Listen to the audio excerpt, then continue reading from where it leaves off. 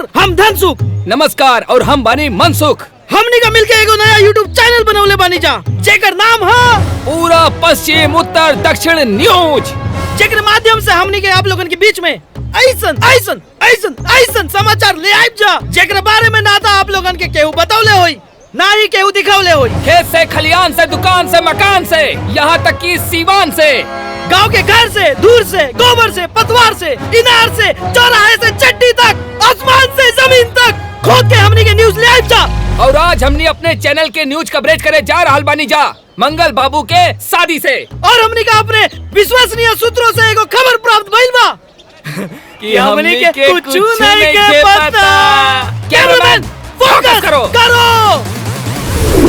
हाँ तो ये देखी मनसुख और धनसुख के चैनल के पहला वीडियो। ये दोनों कौन है? लगता है कोई रिश्तेदार होंगे। हमको क्या करना है जी? लेकिन ये लॉलीपॉप क्यों चूस रहा है, आगे बढ़ रहा है, ये कहा जा रहा है? अरे नचनिया भी है, देखिए नचनिया लगता है बहुत नाचने वाली है, लगता है ये दोनों लाइन मार रहा है जी। देखिए मैं दोनों जनी मोट बाड़ा जा, बाकी सब छोटे बा, तुहन लोग के बस के बात नहीं के।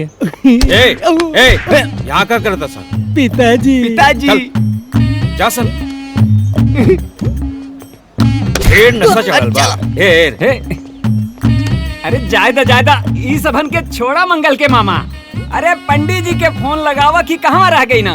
अरे कई बार फोन लगा देनी। अरे एक बार और लगावा।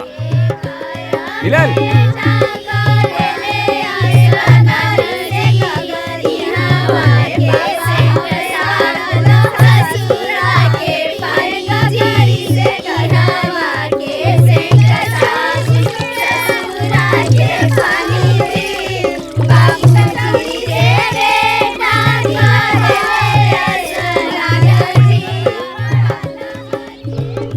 फोनवा नहीं खे उठावत। अरे फोन करके मंगल के ममुआ परेशान के ले बा। हाँ तो बोली का समस्या बा? पंडित जी समस्या ना समाधान बा, बस गन्ना बन्ना मिला दे ही ना। के कर? हमार और हमार राजा जी के। तहार और इनका उम्र के सीमा देखले बाड़ू? न उम्र की सीमा हो, न जन्म का हो बंधन, जब प्यार करे कोई। अरे लैला मजनू तो देखे सिर्फ मन। अरे हमरा तो लागत मन ना धन। अरे फोनवा नहीं खे उठावत।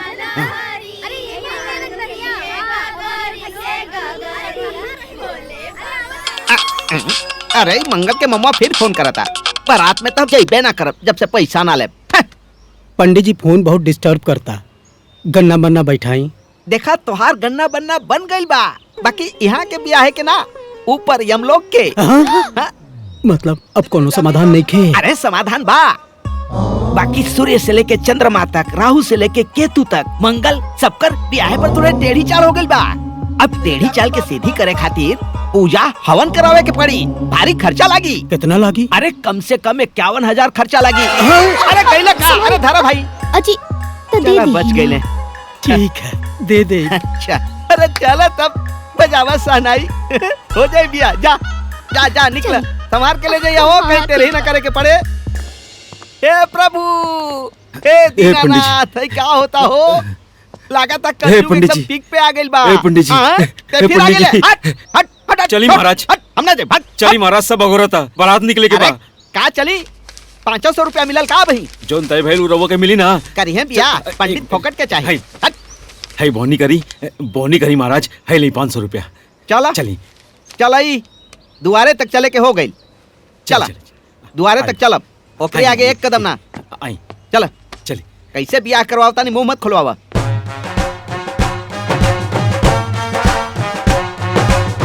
अब ऐसे आगे ना बढ़ा। आई ऐसे आगे बढ़बे ना कर। आई ना थोड़ा। अरे हाथ जोड़ता नहीं, आई ना। ए चुप। अरे महाराज रवो के पैसा मिल जाए, आई ना। आई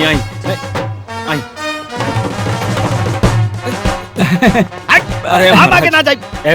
पंडित जी हाथ जोड़ता नहीं। एकरे आगे हम 1 इंच ना बढ़ा। अरे हमने के हाथ जोड़ता नहीं महाराज। चली ना रहुआ। ना आ जाई ना, हाथ ना जोड़ी, पैसा निकाली। पैसा इली ले।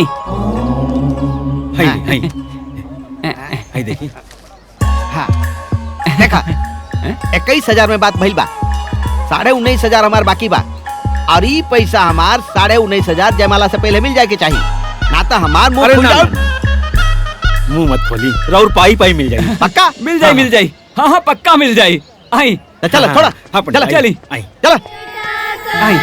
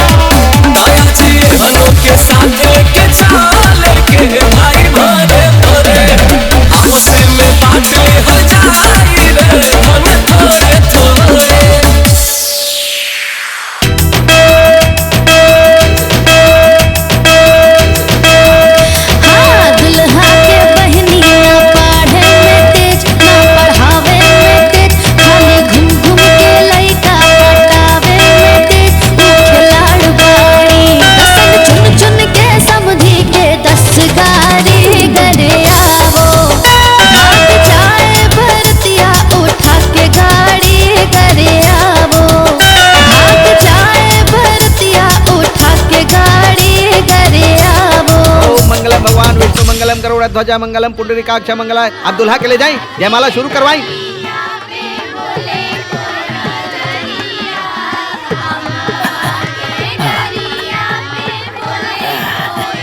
जा तू लोग कुछ खा ला, जा जा।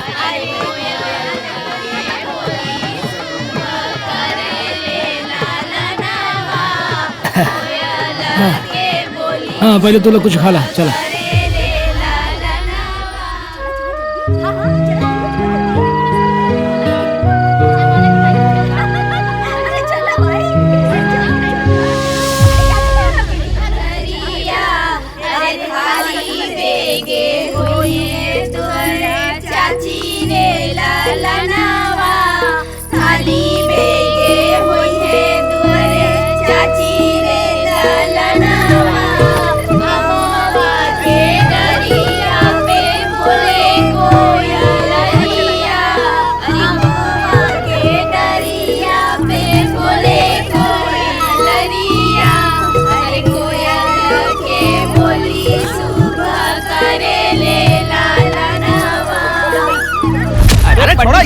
पैसा हम ना माना। रुकी पंडित, लाइक अरे महाराज, यहाँ तक आदमी पहले दे देना।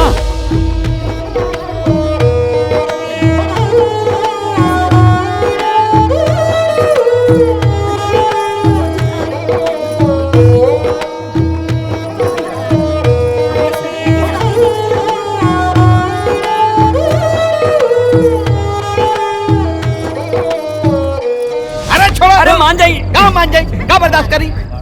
हमार पैसा मछली के बेच कर देला लोग 1500 200। हट। अरे मिल जाए पंडित अरे जी। का मिल जाई? अब जमाल होके जाता ओकरा बाद खेल खत्म। का देबा ओकरा बाद? अरे मिल जाए पंडित जी।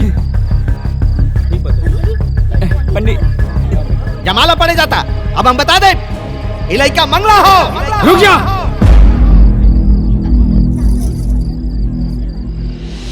ये ब्याह ना हो सकेला।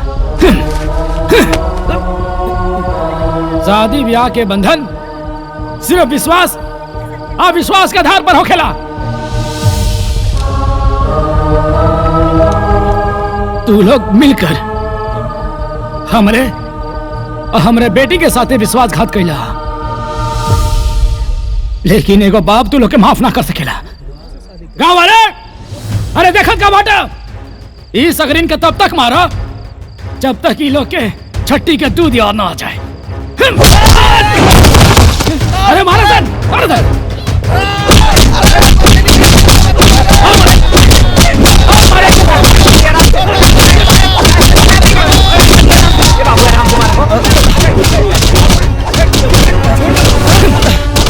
अरे झुलमुल को ब्याह कर ना ब्याह कर बे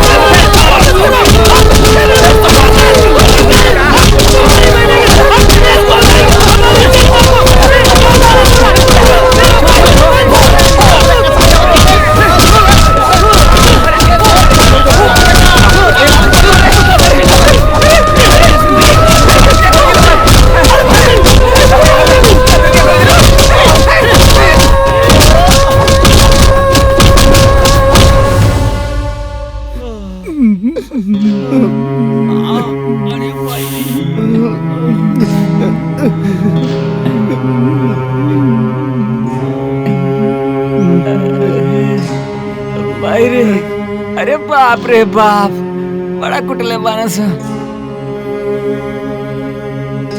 अरे भाई रे, ये पैसा के चक्कर में पिटा गई नी।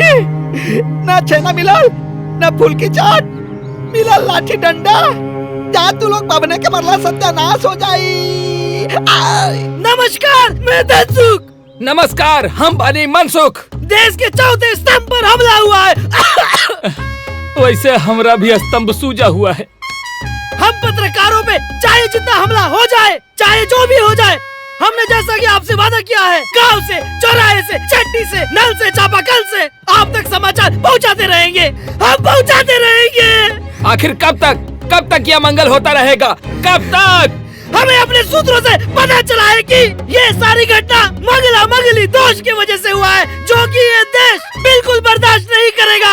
आखिर कब तक हम इन कुरीतियों को मानते रहेंगे? कब तक दूल्हा और बाराती पिटते रहेंगे? कब तक?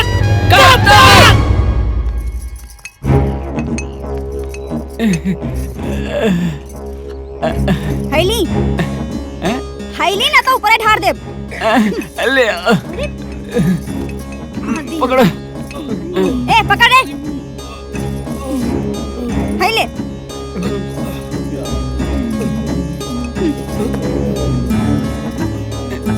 अरे भाई रे, लइका बच्चा बूढ़ पुरनिया बराती बैंड वाला मामा फूफा सब के सब पिटाइल बड़ा सन। अरे छोट छोट लइका भी पिटा गइल बड़ा सन। अरे ठीक भइल ई घर के मेहरारू बराते ना गइली सन, ना तो उहो कुल पिटा गइल रहती सन। अरे हई मंगल ना अमंगल पैदा भइल बा। ए जीजी कान खोल के सुन ली, वैसे तो कोनो चांस ना बा कि एकर बियाह होई, लेकिन हाँ अगर गलती से ई अनहोनी होइयो गइल ना तो हमनी के न्योता मत देव। राउर भाई अब इमली घटावे ना इहन, ई जान ली। अरे बाप रे बाप, का मंगला भइल इतना गुनाह बा, हमार किस्मत इतना खराब बा, एकर ले बढ़िया रही कि हम मरिए जाती। हाँ। अरे है मंगल ना अमंगल पैदा भइल बा। ए जीजी कान खोल के सुन ली, वैसे तो कोनो चांस ना बा कि एकर बियाह होई, लेकिन हाँ अगर गलती से ई अनहोनी होइयो गइल ना तो हमनी के न्योता मत दे।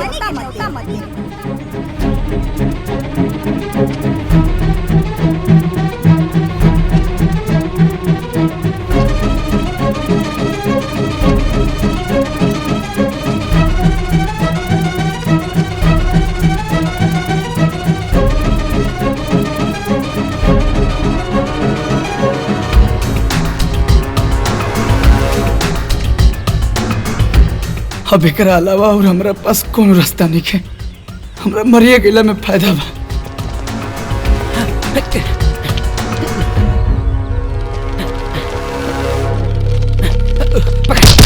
फोकस करो, आप दुल्हा थे, हम बाराती थे। आपके बारात में आप भी मार खाए, हम भी मार खाए। बताइए, हम तो नहीं मरना चाहते, आप आखिर क्यों मरना चाहते हैं? अब हमरा जिंदगी में जियला बाचले का बा, बदनामी के अलावा। लड़की वाला अपने दरवाजा पर बुला के ऐसा मरलसन कि केहू कुकुरों के ऐसे ना मरेला।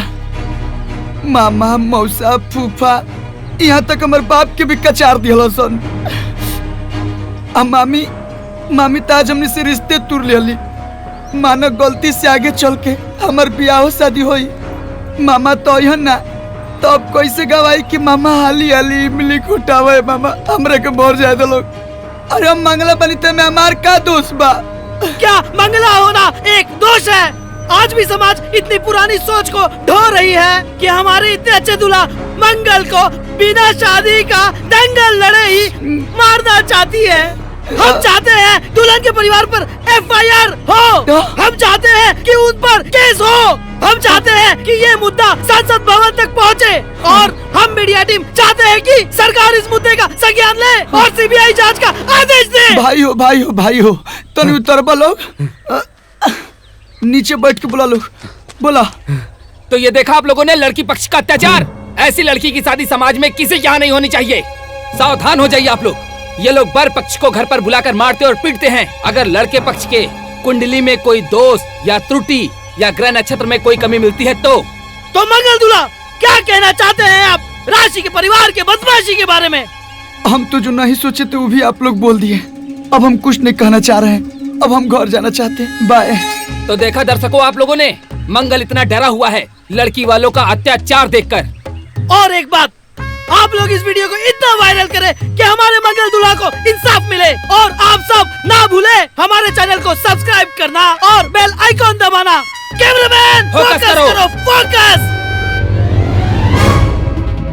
क्या मंगला होना एक दोष है? आज भी समाज इतनी पुरानी सोच को ढो रही है कि हमारे इतने अच्छे दूल्हा मंगल को बिना शादी का दंगल लड़े ही मारना चाहती है। हम चाहते हैं दुल्हन के परिवार पर FIR हो। हम चाहते हैं कि उन पर केस हो। हम चाहते हैं कि ये मुद्दा संसद भवन तक पहुंचे और हम मीडिया टीम चाहते हैं कि सरकार इस मुद्दे का संज्ञान ले और CBI जांच का आदेश दे। तो ये देखा आप लोगों ने लड़की पक्ष का अत्याचार। ऐसी लड़की की शादी समाज में किसी यहाँ नहीं होनी चाहिए। सावधान हो जाइए आप लोग। ये लोग वर पक्ष को घर पर बुलाकर मारते और पीटते हैं। अगर लड़के पक्ष के कुंडली में कोई दोष या त्रुटि या ग्रह नक्षत्र में कोई कमी मिलती है तो मंगल दूल्हा क्या कहना चाहते हैं आप राशि के परिवार के बदमाशी के बारे में? हम तो जो नहीं सोचे थे वो भी आप लोग बोल दिए। अब हम कुछ नहीं कहना चाह रहे हैं। तो देखा दर्शकों, आप लोगों ने मंगल इतना डरा हुआ है लड़की वालों का अत्याचार देखकर। और एक बात, आप लोग इस वीडियो को इतना वायरल करें कि हमारे मंगल दूल्हा को इंसाफ मिले। और आप सब ना भूले हमारे चैनल को सब्सक्राइब करना और बेल आइकॉन दबाना। कैमरामैन फोकस करो, फोकस। चुप रहो बे। देखा था ना सन, ये पूरा समाज में हमारा हमारे बेटिया का बदनामी कर होता। हाँ बाबूजी, हम अपन बेटी के ब्याह मंगला से ना होके दे। एक जान जोखिम में ना डाल सकिले हम। हाँ ऐसा बदनामी करिए कुल तो हमार बेटी से ब्याह के करी। लातन के भूत बातन से ना मनिहन सन। माई सही कहतारी बाबूजी, सही कहतारी। हाँ। एके मरे के शौक बना इके मार के आवल जाई। ए बेटी निकाल तलवार लाठी डंडा। चल मंगरा के यहाँ। हाँ हाँ हम अपनी सहेली सबके भी बुला लेता हाँ है। बुलाओ चल।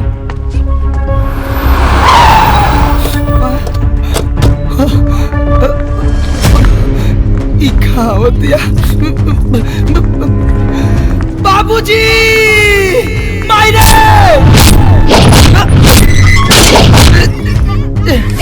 बाहर निकल। ना ए मंगला बाहर निकल। ना अब तो हर शादी के ना मौत के वीडियो वायरल हुई। तू लोगन के शर्म नहीं खियावत? मीडिया से झूठ बोल के हमनी के बदनाम करे तारसा। तो हर लइका मंगला बात पहले काहे ना बतौले रहला? अरे तोहन लोग की वजह से हमारे बाबूजी के लाखन का नुकसान हो गई। सजावट के, टेंट के, हलवाई के, लाइट के और तो और हमारे मेकअप के गहना वहना बनल हुआ अलग और तो और तिलक के तो हम अभी जोड़ते ही नहीं की।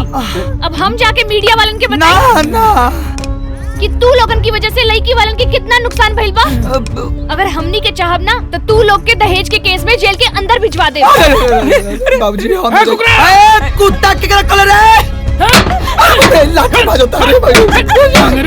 धोनी के मनसा और साजिश कुल हम समझता नहीं है। धोनी का क्या लागत रहे हैं? धोनी के लागल इस समाज में हमार बिटिया बदनाम हो जाए ना, हमार बिटिया के बेइज्जती हो जाए ना, ब्याह ना होके आचरा में मत देखो। गिद्ध के गोरौले गोरू नहीं मरेले। कचरा में लुकाते रहे। अरे हम रिटायर फौजी है फौजी। हम बॉर्डर पे अपन देश के रक्षा करत रहिया। ए समाज में अपन बिटियों का रक्षा कर सकीले हम। हाँ ससुर जी। हाँ देखा था सन मारो सन इनके। बाहर निकल।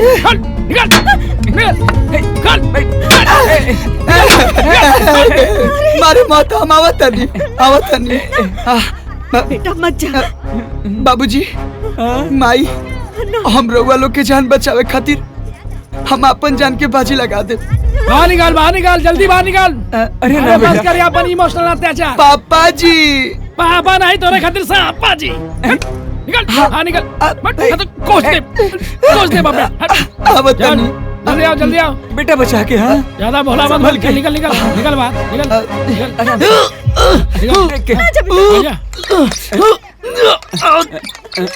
खुलते नहीं खे खुला बेटा नहीं आवतनी पापा जी आवतनी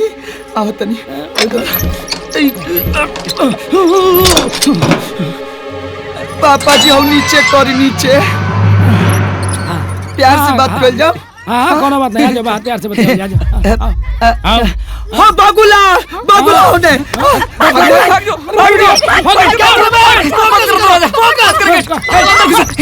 हम लोग पीछा करते हैं।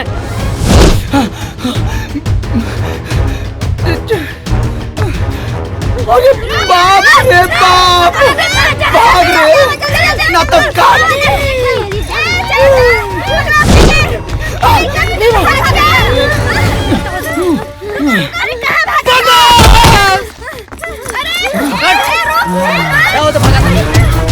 अरे एकरा के कॉमनवेल्थ गेम में भेजो सना रे। वो भाग रहा। जल्दी आओ जल्दी।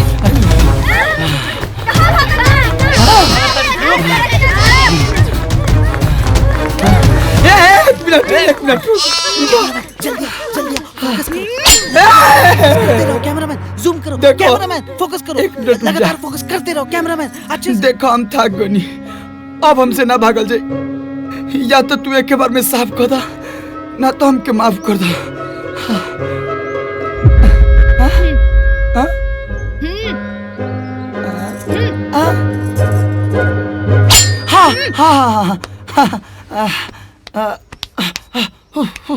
बैठा चल बाकी ना।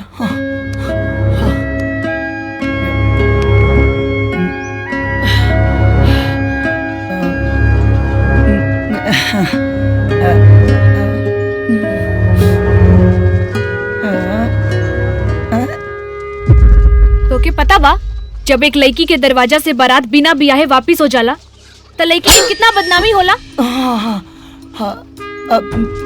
उ रात उ जयमाला के फूल कांटा बन गई रहे। जोन चुभन जोन दर्द हमार घर परिवार पर बीतल उ तक कोनो मीडिया वालन के दिखाई न देहलस।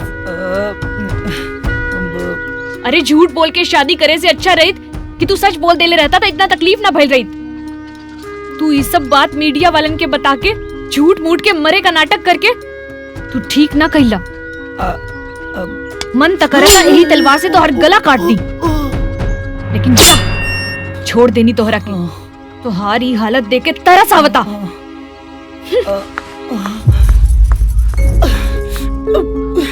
हम कतना भागा बनी करत तनिका हो जाता का मीडिया वाला। तो मिल गया हमें नया मसाला। वर पक्ष पर हो रही है जास्ती। अब इस मुद्दे पर होनी चाहिए बड़ी बहस। तो हम अपने वीडियो के माध्यम से वर और वधु पक्ष दोनों को करते हैं आमंत्रित चौकी पे चर्चा में। और जो भी इस चर्चा में नहीं पहुंचेगा तो होगा उसमें सबसे बड़ी खोट और लगेगी दर्शकों को चोट। कैमरामैन फोकस करो। तो अब हम चलते हैं अपने भाई मनसुख से मिलने, जिसकी तबीयत खराब हो गई है कल बारात में मार खाने से, और लेते हैं उसका हाल, क्योंकि उसका भी चर्चा में पहुंचना है बहुत ही जरूरी। अरे मिल गए रतन सकरी लोगन तो मार के घरवा भर के हाथ गोड़ तोड़ देले रहती। पापा मम्मी दीदी और एगो वीडियो डाल देला रिपोर्टरवा। तो मिल गया हमें नया मसाला। वर पक्ष पर हो रही है जास्ती। अब इस मुद्दे पर होनी चाहिए बड़ी बात। तो हम अपने वीडियो के माध्यम से वर और वधु पक्ष दोनों को करते हैं आमंत्रित। और जो भी इस चर्चा में नहीं पहुंचेगा तो होगा उसमें सबसे बड़ी खोट। चौकी पे चर्चा में चर्चा, चौकी पे चर्चा। आवा मगरू ऐसा खर्चा देव ना कि पीछे मरचा लग जाये उनके। अरे भौजी है भौजी, भौजी से बंगाली है तो नंगा हो जाइए। आवा चर्चा पे मगरू के नाती चौकी पे चर्चा। नमस्कार, मैं धनसुख। नमस्कार, मैं मनसुख। जैसा कि आप सब देख रहे हैं इस खुले आसमान में, ये आम के पेड़ के नीचे, इस जमीन के ऊपर हम सब क्यों खड़े हैं? दिमाग पे जोर डालिए, डालिए, जोर डालिए। ठीक है, हम ही बता देते हैं। जैसा कि आप सबको पता है, हमने अपने नए चैनल के माध्यम से हमारा पहला व्लॉग शूट किया था, मंगल की शादी। उस वीडियो का कंटेंट ऐसा वायरल हुआ है, उसमें ऐसा आग लगा है कि उसने हमारे चैनल को 7वें आसमान तक पहुंचा दिया है। जी हाँ, सही सुना, 7वें आसमान तक। आप सबका प्यार, लाइक्स और सब्सक्राइब जो भर भर के मिला है, बस उसी चीज से हम दोनों का मन प्रफुल्लित हुआ। बस यही प्यार और आशीर्वाद बनाए रखने के लिए हमने हमारा नया शो शुरुआत किया है, चौकी पे चर्चा। जैसा कि आपको पता है कि लड़का एक मांगलिक है जिसकी शादी झूठ बोल करके कराई जाती है। जब लड़की पक्ष को इसकी जानकारी होती है तो लड़की पक्ष इसको मारते पीटते हैं, यहाँ तक कि बारातियों को मारते पीटते हैं, जो कि गलत है। लेकिन दूसरे दिन लाठी और तलवार लेकर के वर पक्ष के यहाँ जाना, उनको मारना, धमकाना, जो क्रिमिनल एक्टिविटी है, क्या ये सही है? हम इन्हीं सब विषय पर चर्चा करने के लिए हम वर पक्ष वालों को बुलाए हैं। अभी तक तो किसी व्यक्ति या वर पक्ष की जानकारी यहाँ तो नहीं है। ये लो, वर पक्ष आ गए। चलो उनका स्वागत करते हैं। कैमरामैन फोकस करो, फोकस। वर पक्ष यहाँ आ चुका है। आइए आइए बैठिए, आपका स्वागत है। आइए कैमरामैन फोकस, फोकस। जैसा कि आप देख रहे हैं कि वर पक्ष यहाँ चौकी पे चर्चा में पहुँच चुका है। कैमरामैन फोकस करना। आइए पूछते हैं, कैसा लग रहा है आपको यहाँ हमारे चौकी पे चर्चा में आकर? आने में कोई दिक्कत तो नहीं हुई? कैसा लग रहा है मार खाने के बाद? बोलिए, कैसा महसूस हो रहा है मार खाने के बाद? भारत के इतिहास में पहली बार ऐसा हो रहा है कि वधु पक्ष से मार खाने के बाद वर पक्ष ने एकदम चुप्पी साधी है। हम भी जानना चाहते हैं, हमारे व्यूअर्स भी जानना चाहते हैं, देश जानना चाहता है। बताइए, क्या लगता है आपको कि वो हार गए? वधु पक्ष अभी तक नहीं आया है। क्या लगता है पिताजी? आप तो बताइए, आएंगे वो? आएंगे या नहीं आएंगे? आएंगे, आएंगे या नहीं आएंगे? आएंगे वो? बोलिए, बताइए, आएंगे वो? बोलिए, बताइए, क्या वो लोग आएंगे? आएंगे या नहीं आएंगे? जानना चाहता है भारत। 1 मिनट। वधु पक्ष आ चुका है, आइए स्वागत करते हैं। वधु पक्ष पहुंच चुका है। कैमरामैन फोकस करो, फोकस। वीडियो बाज गड़ा मुर्दा के फिर से खोदे वाला बात सुना पहले। चाचा जी, आपको पहले चौकी पे आना पड़ेगा, क्योंकि आप चौकी पे चर्चा पे आए हैं। चलो बैठो। आइए आइए, वर और वधु पक्ष दोनों ही पहुंच चुके हैं चौकी पे चर्चा में। कैमरामैन फोकस करो। तो आइए शुरू करते हैं आज का ये डिबेट। तू लोग पहले तो चैनल बंद करा और कान खोल के पहले हमारी बात सुना। जंग के मैदान होके चाहे डिबेट के मैदान होके, एगो फौजी कबो पीठ दिखा के नहीं भागेला। अरे हम सरहद पे गोली बम बारूद से डराइबे ना कहीं, तो तू लोग का छोट मोट डिबेट से डरा जाए। अरे तू लोग का जौन पूछेगा बात जैसे पूछेगा बात जहाँ से पूछेगा बात पूछा। अरे हम छाती ठोक के सच्चाई के साथ जवाब दें। पूछा तो जैसा कि आप सबको पता है कि वर पक्ष ने अपने बेटे की शादी कराने के लिए झूठ का सहारा लिया और ये झूठ हो गया है बेनकाब, जिसके एवज में घरातियों ने बारातियों को दूल्हा मामा सबके समेत पीटा। यहाँ तक तो बात ठीक थी, लेकिन वधु पक्ष द्वारा वर पक्ष पर दोबारा हमला करना कहाँ तक उचित था? हमला क्यों किए बताएंगे इसके बारे में? एक एक कारण तू ही लोग हवा। तू लोगों के अपन समाचार खातिर खाली मसाला चाहिए। भला केहू के बहन बेटी की इज्जत तार तार हो जाए। उनके लड़का फांसी लगावे गए रहे, हमारे वीडियो बोल रहे फांसी लगावे खातिर। अरे समाज के चौथा स्तंभ हुआ तू लोग, वीडियो बना के वायरल कर देला। कहाँ वाले सब जब हमारे बिटिया के समाज में बदनामी भाई। रुका मंगला होकल कोनो पाप नहीं होला। तो हर लड़का मंगला बा तो लड़की मंगली खोजला। तो झूठ बोल के ही ब्याह करावत रहे हम। यदि हमारा बेटी के कुछ हो जात तो उनके लड़का के मुंह देख के हम जियती। भगवान न करे उनका लड़का के कुछ हो जात तो हम अपना बेटी के लेके कहाँ घूमते। अरे शादी ब्याह विश्वास के आधार पर होखेला, झूठ और विश्वासघात के आधार पर नहीं। सोच समझ के कल जला शादी। पूछा उनसे चुपचाप काहे बैठल बाड़े? पूछा काहे विश्वासघात कइला? कैमरामैन फोकस करो। बताइए, ये जो भी आरोप आप लोगों पे लगा रहे हैं या जो भी बातें बोल रहे हैं, इसमें कितनी सच्चाई है? बताइए, आप भी बताइए, आप बताइए। ई लोग तो कुछ ना बोली, लेकिन हम चुप ना रहब। हम जरूर बोलब। अरे हमरे मर्दा के ऐसन जगह पर मरले वालो कि उ ठीक से पैखाना तक ना कर सकतारन, और हमार छोट छोट दूगो लइका हंसत हंसत लॉलीपॉप खात रहलसन। लॉलीपॉपे खात रहलसन, लेकिन दिन भर रोवत रहलसन। अरे ई परिवार बा, एकर पूरा खानदान आतंकवादी बाड़न सन। क्या बोल लू तू? अरे रेप पे मत जाइए तू। अरे जाके अपन बेटा के तारे मत अरे चौकी बोलने से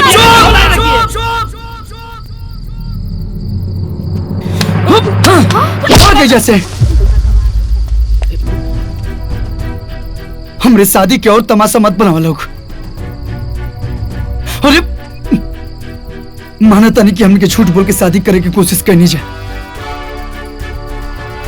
लेकिन होनी और अनहोनी कहे के दरवाजा पर दस्तक ना देवेला। और हम अपने जयमाला के फूल इनके अर्थी के फूल नहीं की बनावल चाहत। एले बढ़िया रही कि हम कुंवारे रह जीती।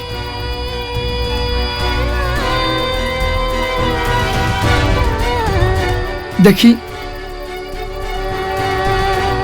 हमने की गलती कैले बनी जाए,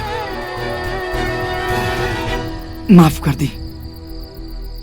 अरे हर बेटा के माई बाप के सपना होला कि ओकर बेटा के शादी ब्याह हो जाओ, ओकर घर बस जाओ और खुश रहो। उहे हमारे माई बाबू कई लोग, लेकिन वो का बना कि हम मांगलिक हई। ऐसा बात नहीं है कि हमार बाबूजी पूरा जवार में मांगलिक लड़की खोजलन, लेकिन मिलबे ना कइल। यही से झूठ सच बोल के रुआ घर में शादी फिक्स हो गई। हम अपने परिवार के तरफ से रुआ से हम माफी मांगतनी। हमारा पूरा परिवार के मन में ओकर कोनो मलाल नहीं खे। सब कुछ भूल जाई और माफ कर दी। माफ कर दी। और राशि जी, वो हमार माई रुआ के भला बुरा बोलला सिया ना, ओकरो तरफ से हम माफी मांगतनी। हमरा किस्मते में नहीं खे शादी। जब भगवान लिखल है निकन के हमार शादी होको त ए लोग के चाला से हमार शादी कैसे हो सकेला? माफ कर दी लोग, हाँ माफ कर दी। चलिए बाबूजी।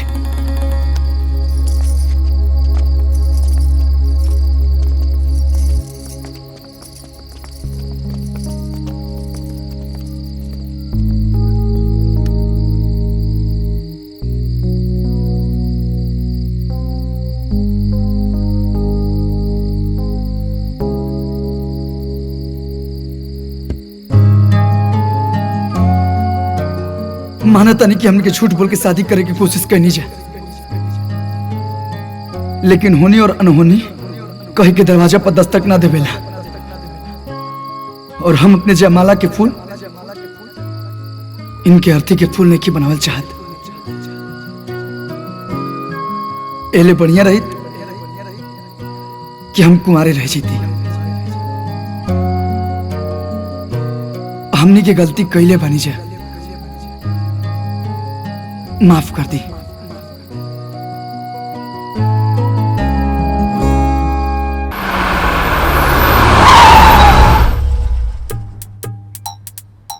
नमस्ते। नमस्ते।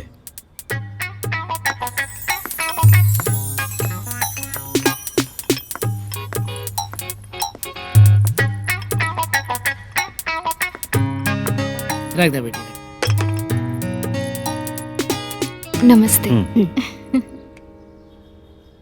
ले आ जाओ। जी।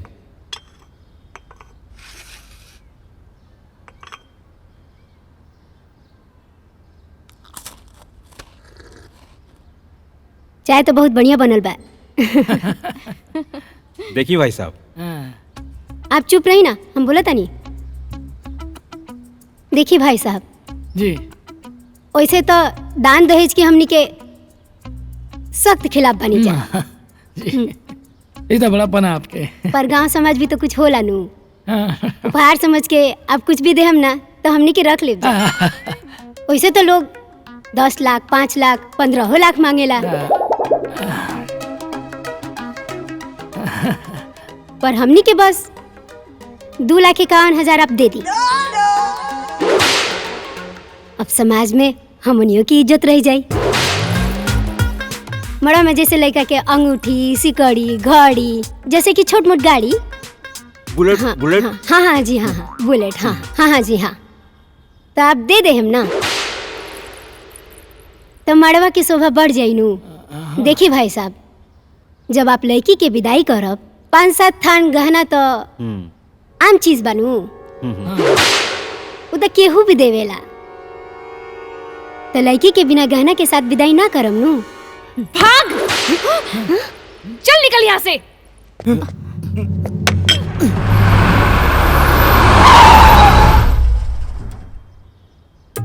नमस्ते। नमस्ते। प्रणाम। पानी पिया।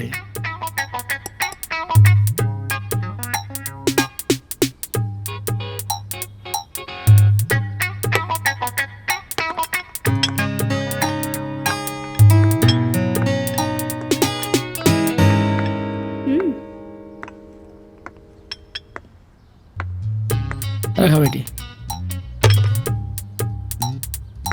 नमस्ते। यू नो एक्चुअली भाई साहब, हम ना थोड़े मॉडर्न टाइप के हैं। जी। हम चाहेंगे कि हमारा बेटा और आपकी बेटी आपस में मिलजुल कर कुछ बातचीत कर ले, एक दूसरे को पसंद भी कर ले। Do you have any problem?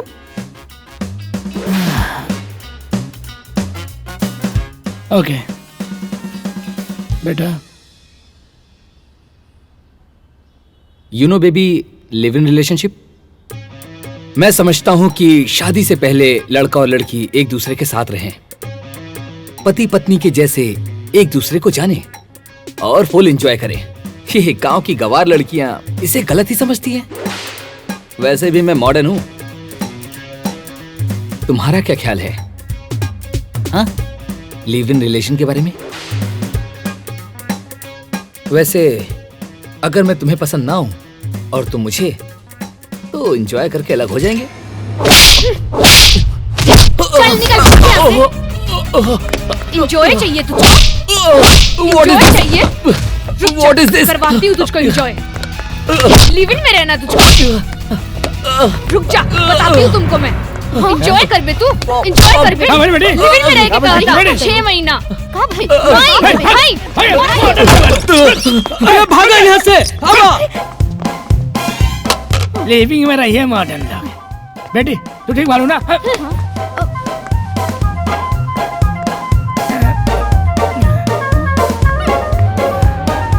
हम पाप कर दिले का?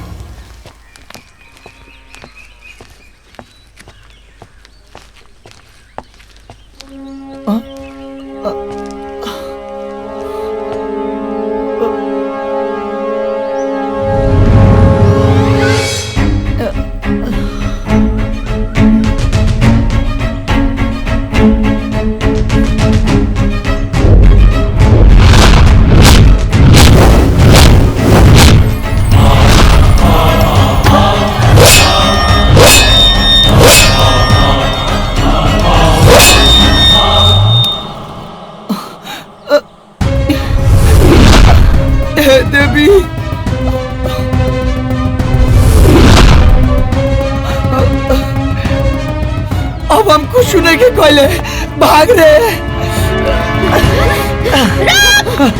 कहाँ जाता?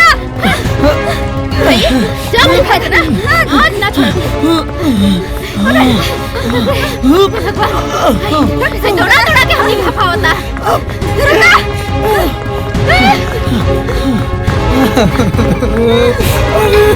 कातना भगाई रे।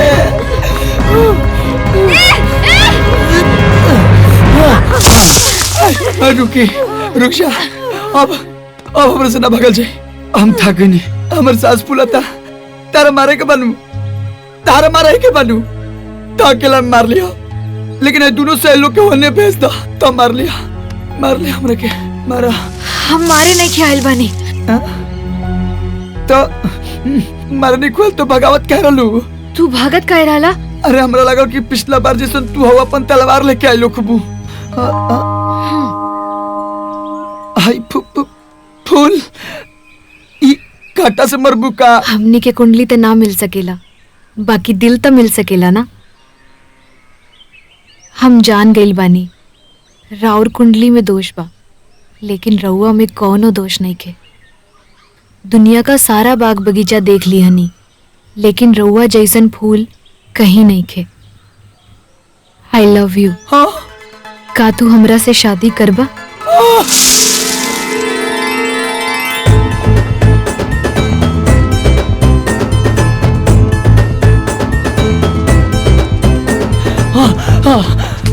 का कहलू?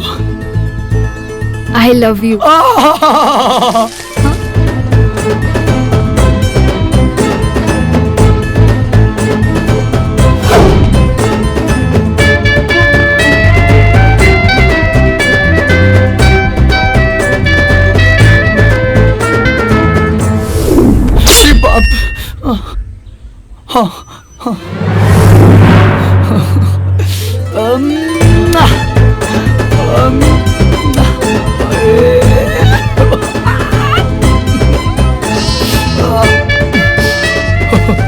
काकोलो फिर से बोलो।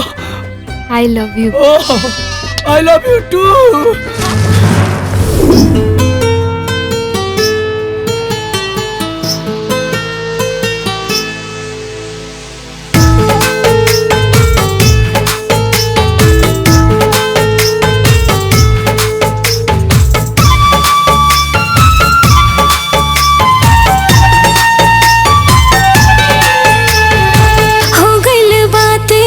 बाबिन बोले चलली मान तोरा ओरे होले होले।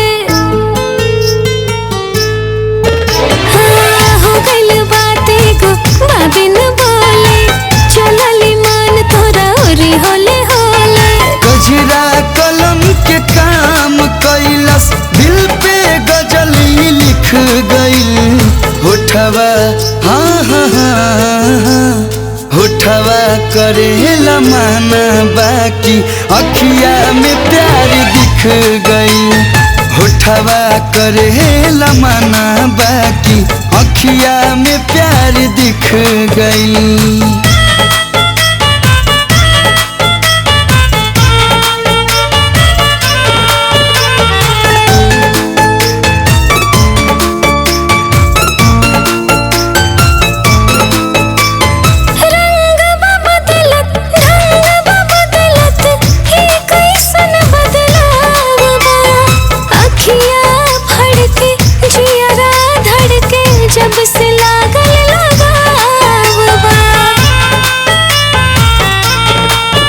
रही रही मन मन मुस्काइला बस नाम तोहर दोहराइला। अलहर रहे अबार मनवा प्यार करे अब सीख गई। होठवा हाँ हाँ हाँ उठवा करेला माना बाकी अखिया में प्यार दिख गई। होठवा करेला माना बाकी अखिया में प्यार दिख गई।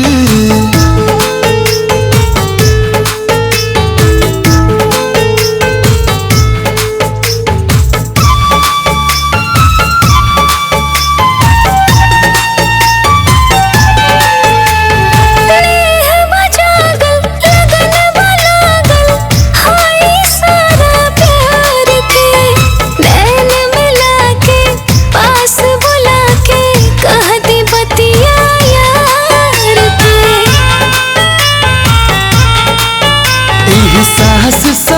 में आवता, केहू हमारा पजान लूटावता। जान हो जान हमार तोहार एक मुस्कान पे बिक गई होठवा। हाँ हाँ हाँ हाँ होठवा करे लमाना बाकी अखिया में प्यार दिख गई। होठवा करे लमाना बाकी अखिया में प्यार दिख गई। मंगल और राशि का हुआ मिलन। राशि ने मंगल को गुलाब का फूल देकर किया अपने प्यार का इजहार। मंगल और राशि की जोड़ी हुई हिट। नमस्कार, मैं धनसुख। नमस्कार, मैं हूँ मनसुख। तो जैसा कि आप लोगों ने देखा, हम लोगों ने अमंगल को भी मंगल बना दिया। कुंडली चाहे मिले ना मिले, हम लोगों ने दो दिलों को मिला ही दिया। हम ऐसे ही समाज में फैली कुरीतियों के खिलाफ अपनी आवाज बुलंद करते रहेंगे। कैमरामैन, फोकस करो, फोकस।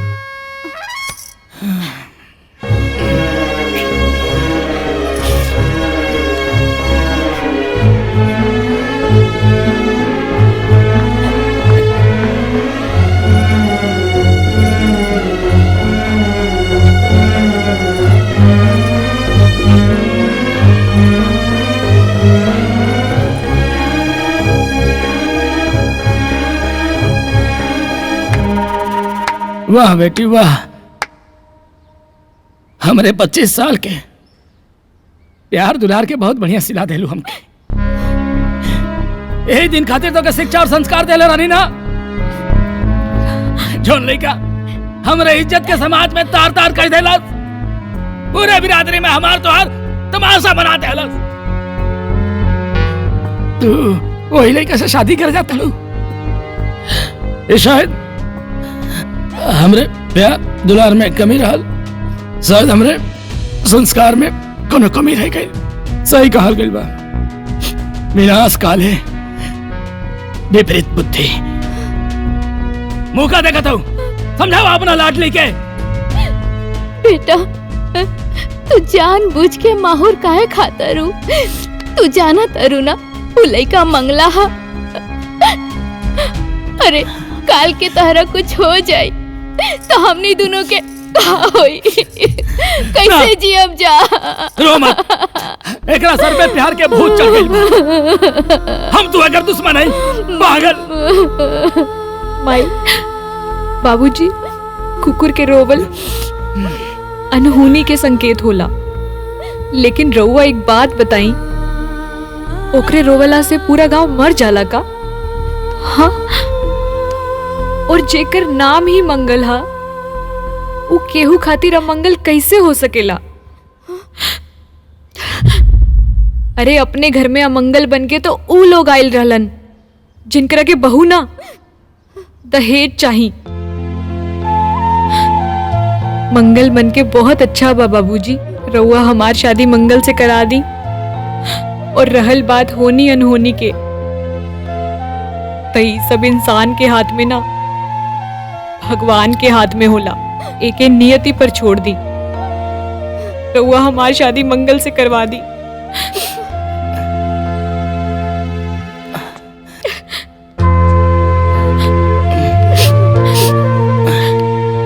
बेटी,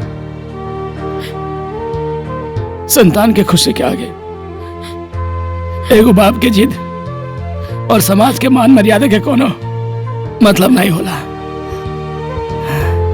अगर तू यही में खुश बाड़ू तो हम अपना जिद के कुर्बानी दे सकीले। खुश रह, तू खुश रह बेटा। तू जैसन चाहबू वैसने हम करब। खुश रह बेटा।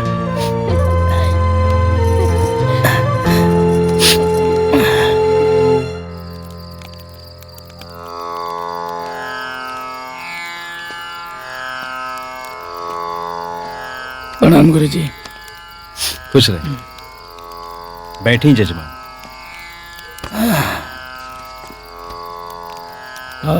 क्या बोल गुरुजी, कुछ बताओ जाओ सदिया के बारे में। देखिए जजमान, राउर परिवार के हम पुरोहित हैं।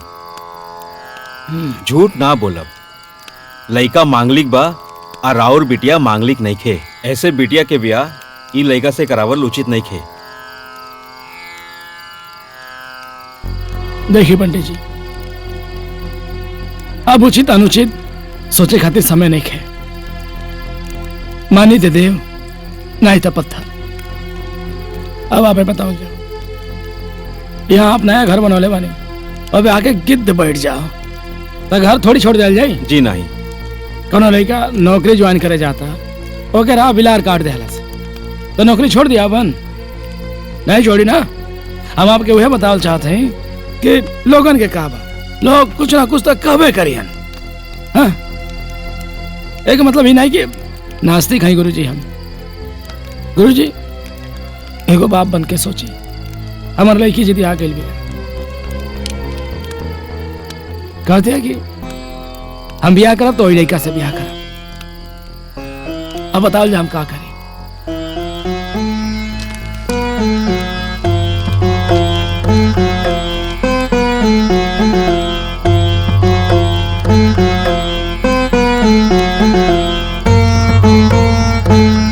ठीक बा जजमान, दिवाली के बाद 25 नवंबर के शादी के शुभ मुहूर्त बा।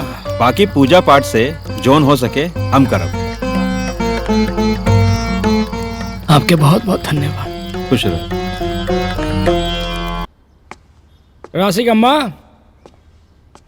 राशि अम्मा का हाजी? कहाँ बड़ो? का हा? गुरुजी के यहाँ गई लाली अच्छा शादी की बात करे खातिर। गुरुजी कहला कि लड़का मांगलिक बा अनहोनी हो सके।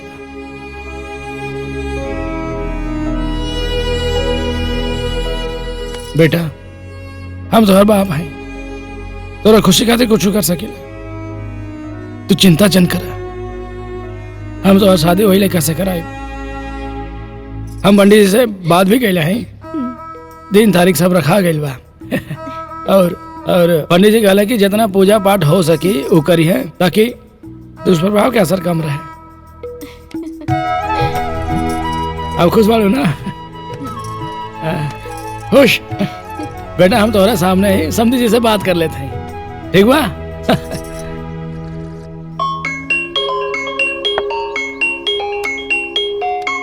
समधी जी के फोन। नमस्कार समधी जी। नमस्कार नमस्कार। वो क्या होला ना, कभी कभी खुशी के बाद भी जाहिर कैले में ना बहुत डर लगेला। हम रउआ से को बात कहल चाहता है। हाँ हाँ कहीं ना।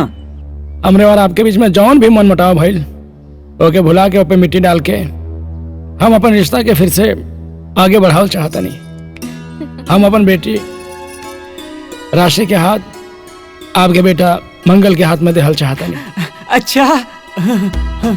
और दिवाली के बाद 25 नवंबर के दिन तारीख है, शुभ मुहूर्त बा।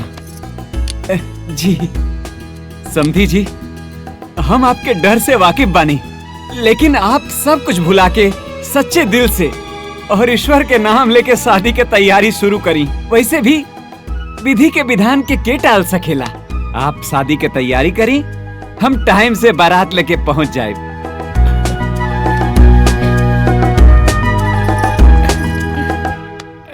अरे बेटा, समधी जी शादी के लिए मान गई ना?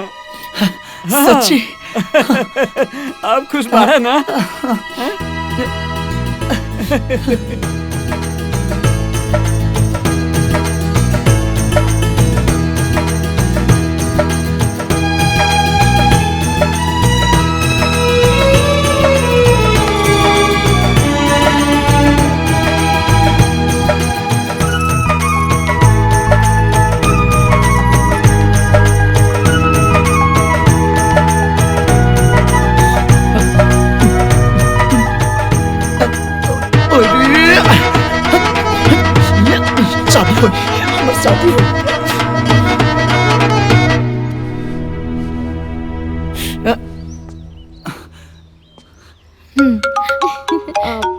बाबूजी हम आप बताएं। जा जा बेटा, चलो चला आओ।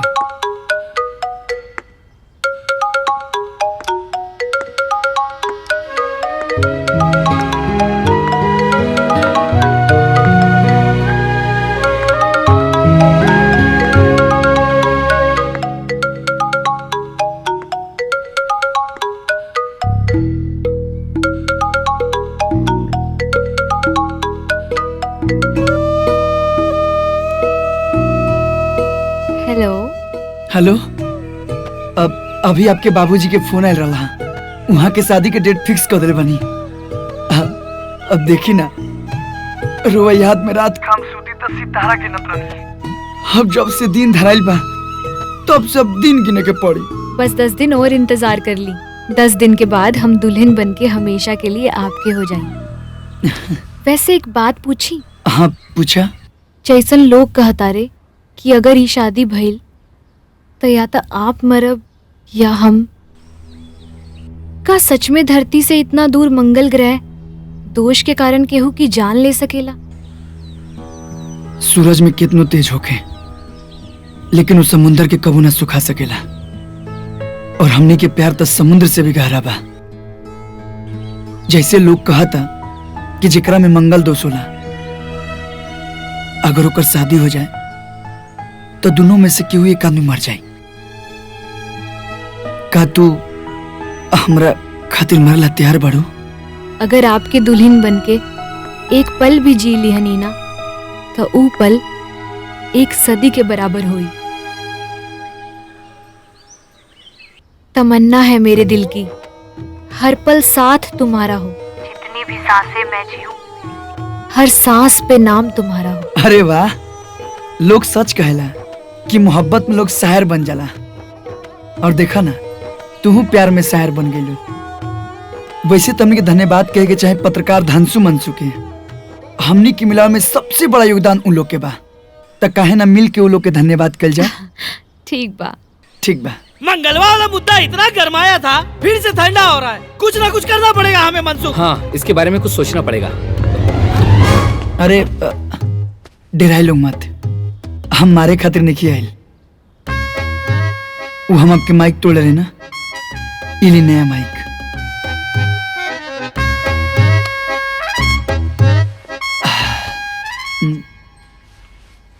उकाबा की पत्रकार लोग के माइक माइक ना, करोड़ों लोगन की आवाज होला।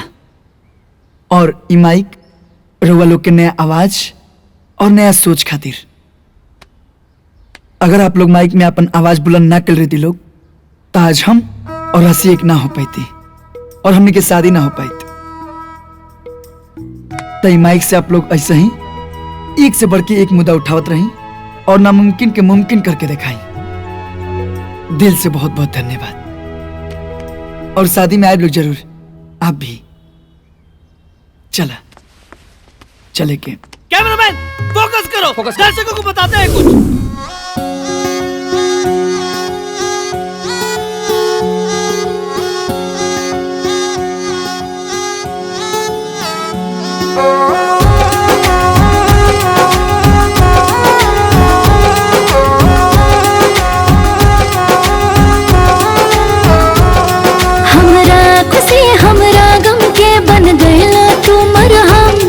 एहसास में हर सांस में बस गइलू तू सनम।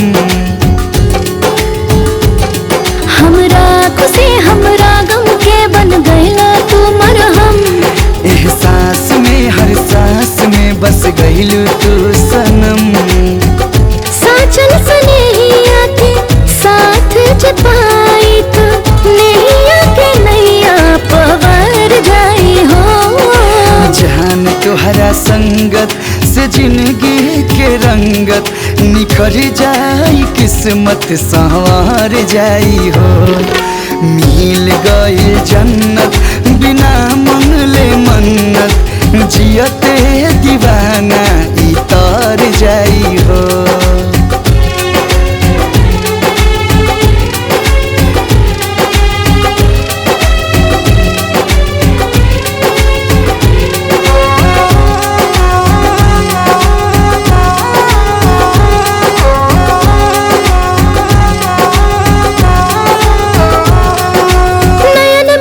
के राखब कजरा जैसन शौक से, पनपी प्रीतिया न जागत नोक झोंक से। हमारी रोआ रोआ अब गीत गावता, केहू दिल के वाणी खटखटावता। जब अपना राजा से मिली रानी, नैना से नैना तुहरा संगत से जिंदगी के रंगत निखर जाई, किस्मत संवार जाई हो। मिल गई जन्नत बिना मंगले मन्नत, जियते दीवाना इतर जाई हो।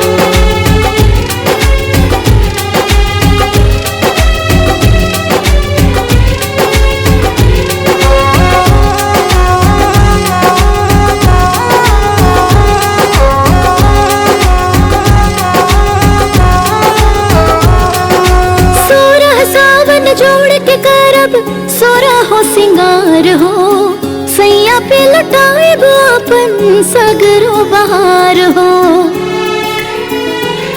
भगवान दिहले भाग से मिलाई हो, साथ चलब बन के परछाई हो।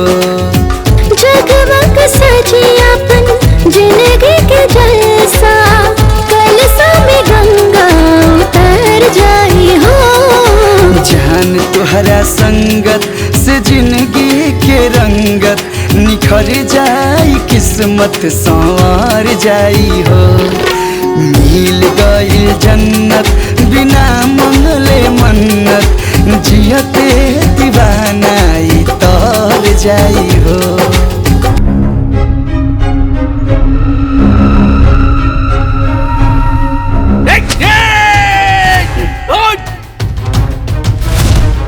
चंद्र टरे सूरज टरे, टरे दिवस और रात, पर जगत में टरे नहीं पंडित तिकोरी के कही बात। बेटा हमरा के साइड में कह देला जा, हमहू अगुआ रहनी, हमरो कुछ हक पद रहे, शादी करा लो, बाकी याद रखिया जा। अरे शादी ब्याह खाली प्यार से ना होखेला, शादी ब्याह में 36 गुण, कुंडली में ग्रह नक्षत्र के चाल, गोत्र खानदान, बजाला जा सहनाई। बाकी लड़का लड़की दोनों में से केहू के साथे कोनो न कोनो अनहोनी तो हो के रही। ओम स्वस्ति नः इंद्रो वृद्धश्रवाः, स्वस्ति नः पूषा विश्ववेदाः, स्वस्ति नस्तारक्ष्यो अरिष्टनेमि, स्वस्ति नो बृहस्पतिर्दधातु।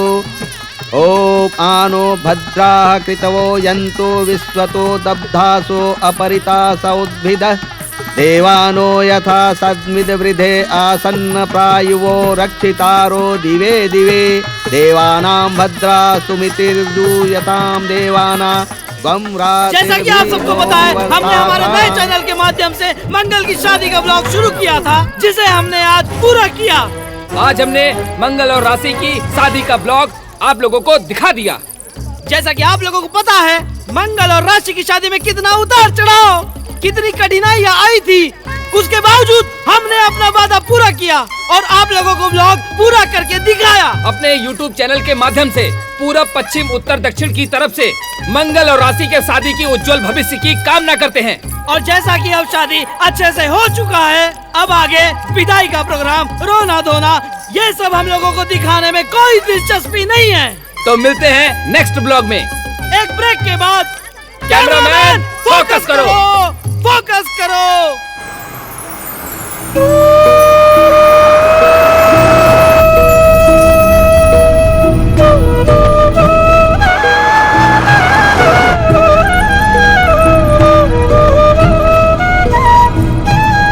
मत रुआ।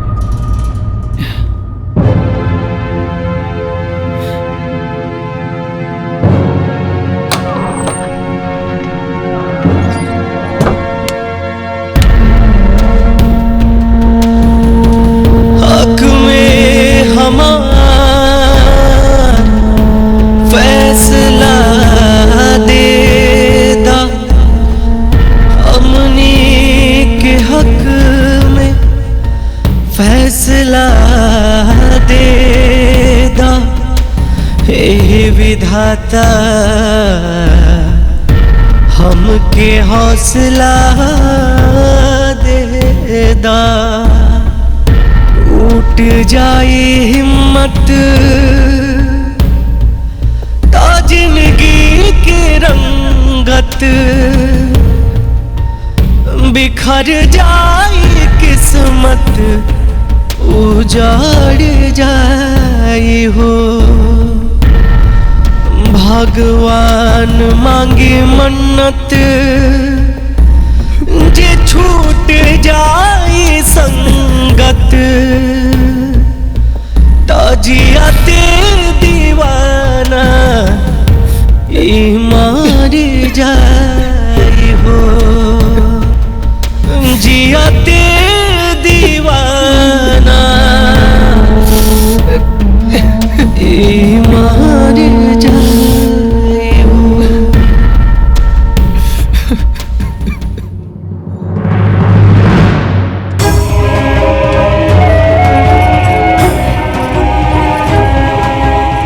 सामने चलिए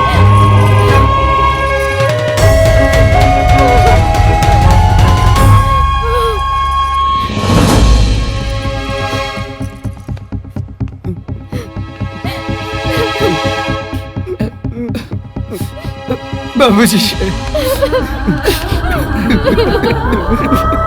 हो जा बेटा, शांत हो जा। बाबूजी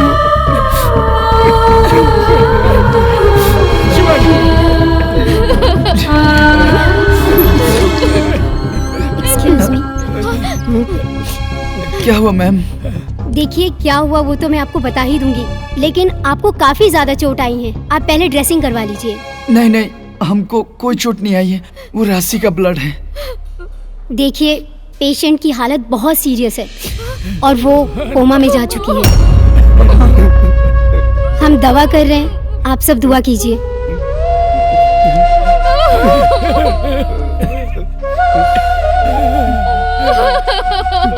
का भगवान तुहार का खेला बा?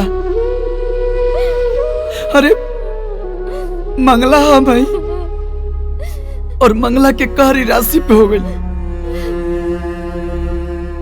हमरा जो नौके के चाहिए तो हमके एको खरोच तक ना आई। अरे हवाई भागल हो गया रे हमरा बेटी के प्यार में। अरे हम क्या के बात नहीं माने के चाहत रहे। पंडित जी पहले कहले रहे कि बियाह ना होके के चाहिए। हम क्या करे बाप? हम कहाँ जाए? क्या करा बस? अरे बेटा बेटा हमरा के लागत था कि टिकोरी पंडित के पास चले के चाही। उन्हें पता ही है कि का उपाय करे के बा। चला उन्हीं के पास चल के ही पता चली। हाँ चला चले।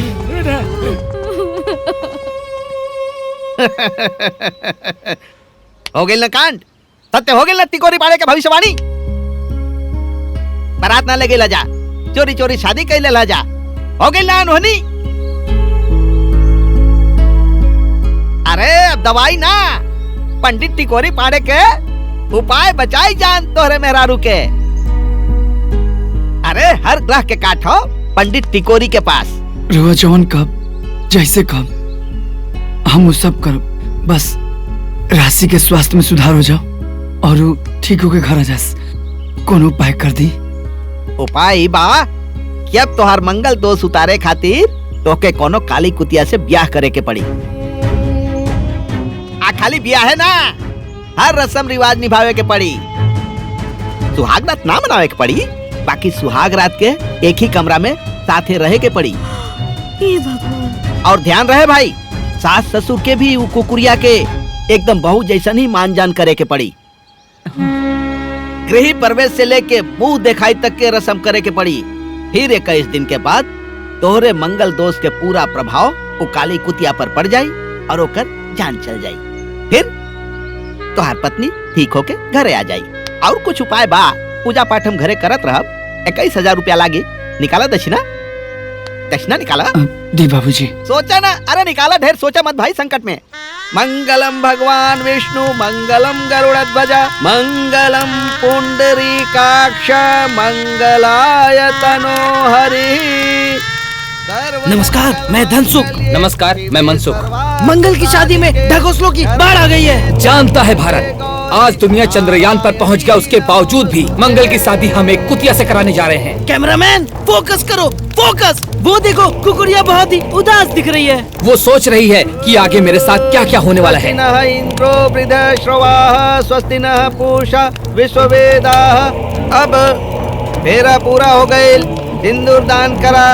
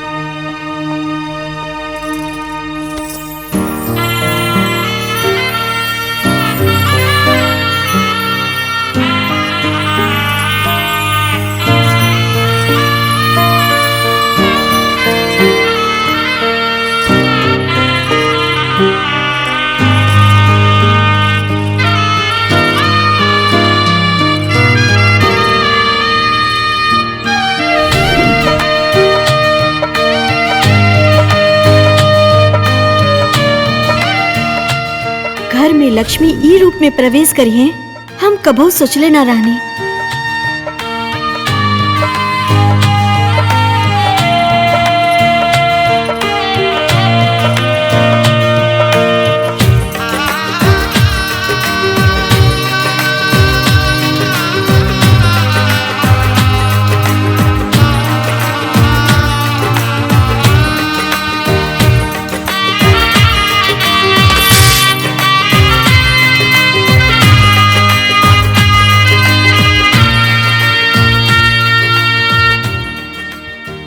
सब है, मुंह दिखाई की रस्म कर जाओ। ए बिमला भौजी, अरे एक ठो बात कही, गांव में तो बड़ी पतो आईली, लेकिन तोहरा पतो के जवाब नहीं खे। वैसे रौरे पतो के नैहरो नंगी चाहिए बा, कबो फुदुक के नैहर में तक कबो फुदुक के ससुराल में। अरे तू लोग के शर्म नहीं खे आवत? आपन लोग के मजाक उड़ावत अरु लोगन। हमरा सबक नहीं खे लागल कि एकरा से अपन बेटा के बियाह करी। हमरा बहू के जान खतरा में बा। अगर ये रस्म रिवाज कैला से हमार बहू के जान बच जाए और हमरा बेटा पतोह के घर बस जाए तो रौरा सबके कौन तकलीफ बा? अब रौरा सबके जम सोचे के बाद तो रौरा सब सोची।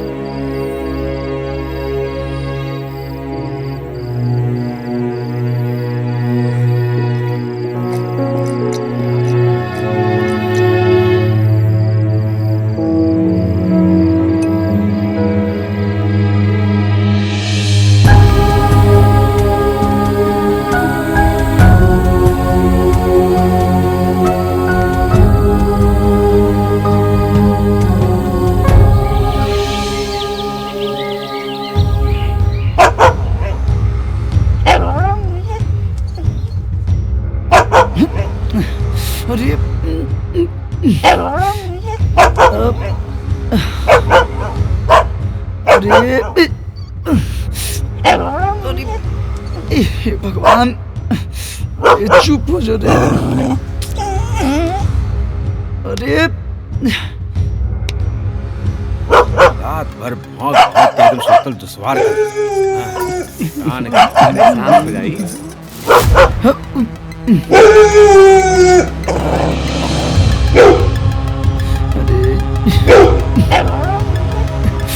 का भगवान, ये चुप, अब चुप चुप चुप चुप चुप हो जा रे। अब चुप चुप।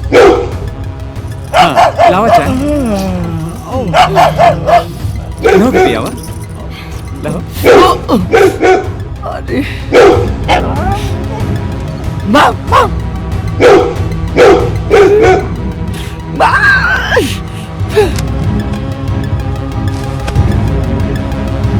अरे मरून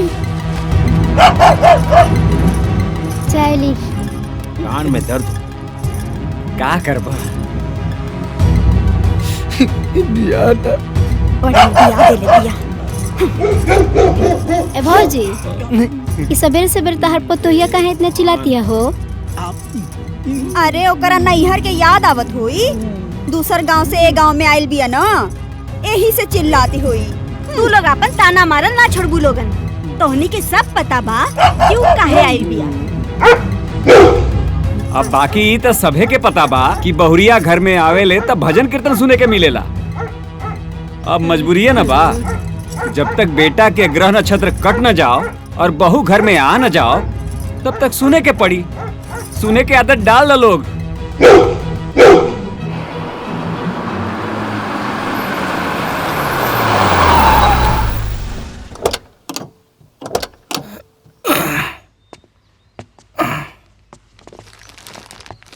आओ चला। खुश रह बेटा। नमस्ते समधी जी। प्रणाम माई। समधी जी, अरे आप यहाँ अचानक कैसे? चौथार लेके आयल बानी। आई। अरे ई आपके चौथार लावे के का जरूरत रहे? समधी जी, आप लोग कुल रस्म निभाओ तनी, तो हमको निभाओ के पड़ी ना। बेटी के बाप है हम नहीं चाहत कि रहुआ वजह से या हमारा वजह से कोनो गड़बड़ी होगी। हम ये चाहते हैं कि बस हमारी बेटी जल्दी से सही हो जा। हमारी बेटी और दवा दोनों जना खुश रहे। समझे जी, दिल बहुत डरा गया।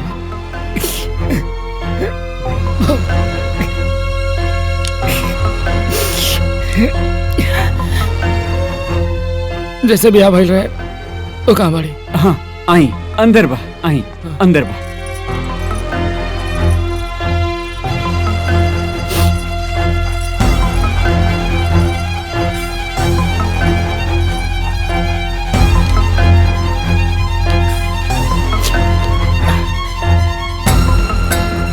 तू जानवर ना हो, इंसान भी ना हो। इंसान के कुल दुख और कष्ट भगवान अपना ऊपर ले ले।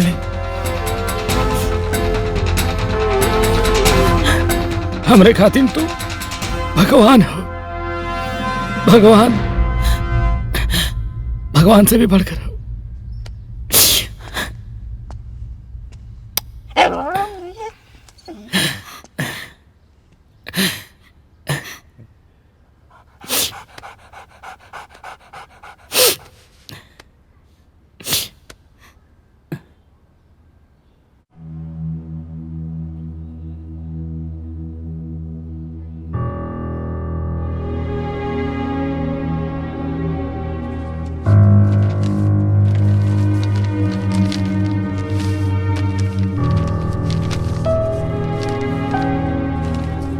मैडम जी, कायल रिपोर्ट में और अभी राशि की हालत कैसन बा? देखिए मंगल जी, कोई भी इम्प्रूवमेंट नहीं हो रहा है मरीज में। उनकी हालत वैसी ही बनी हुई है, बॉडी में कोई भी इम्प्रूवमेंट नहीं हुआ है। केस और क्रिटिकल होता जा रहा है। अगर आपकी आज्ञा होगी तो हम मिलाई उनसे। जी मिल लीजिए।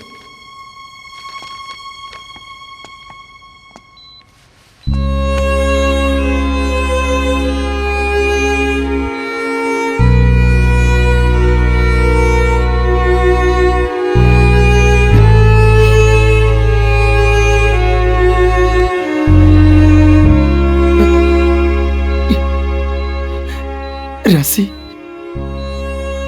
ए राशि, सुना ना राशि। अरे तू एजा लेटल बड़ू और हो जा तुहार सबत घरे आ गिलो। उठा ना, कुछ बोलत काहे नहीं खू? जानता रू ना बहुत सुंदर बिया, एकदम खूबसूरत। सब हीरोइन फेल हो जाए ओकरा सामने। तो के विश्वास नहीं करना होत? रुका एक मिनट, तोरा के फोटो देखा तनी। रुका,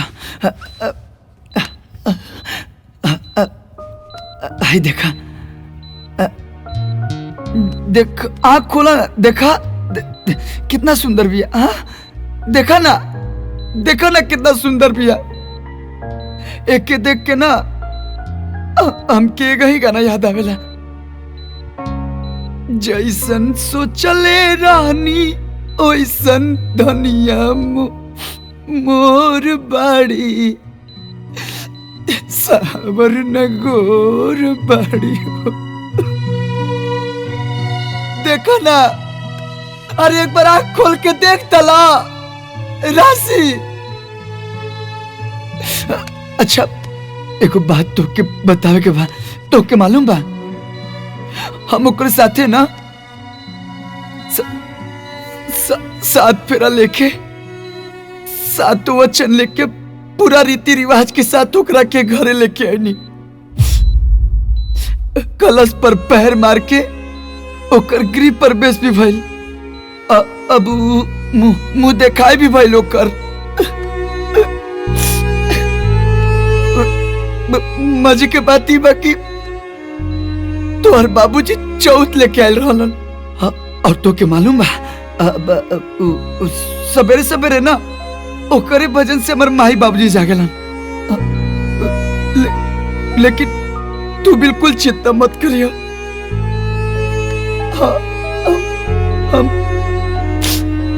हम अभी सुहागरात देखी मनोलो ओकरा साथे। बुरा लगा ना तो के?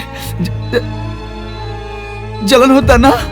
अरे हम ही बोलाते, तू कुछ कहे नहीं को बोलत। बोला ना राशि, राशि कुछ तो बोला, बोला ना राशि। इस साल में ब्याह के योग बहुत बना था। पूरा आषाढ़ महीना तक ब्याह के लगन बा। अरे आवा बैठा बैठा बैठा। प्रणाम। हाँ खुश रहा जा। कैसे ला जा? रोवा जौन जौन कनी हमने सब कहनी जा, लेकिन फिर भी राशि के हाथ में कोनो सुधार नहीं किया होत। जी अच्छा रुका देखा थी।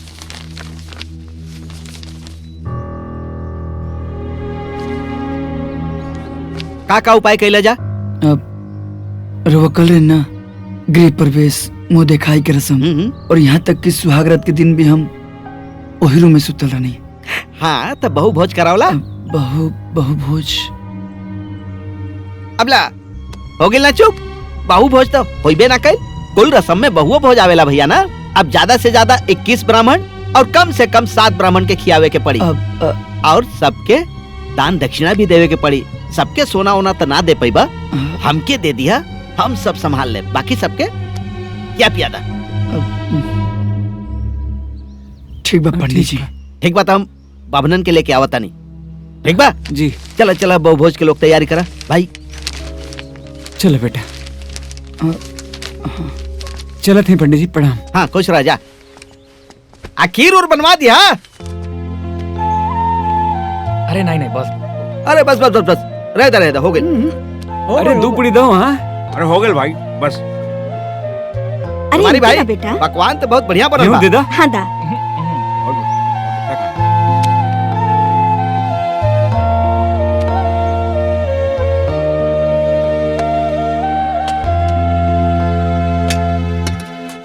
भोजन बहुत स्वादिष्ट बा सुमारी भाई।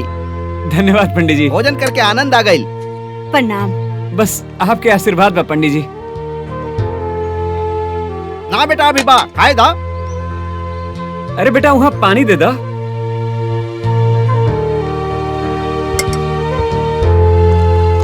पकवान बहुत बढ़िया बनल बा।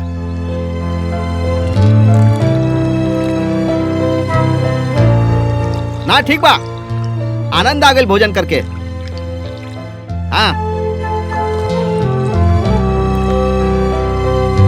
अरे खुश रह। प्रणाम पंडित जी। सदा सुखी रह लोगा ना। खुश रह। भगवान सब कल्याण करे। प्रणाम। अरे प्रणाम। आशीर्वाद। प्रणाम। खुश रहिए। प्रणाम। प्रणाम। अच्छा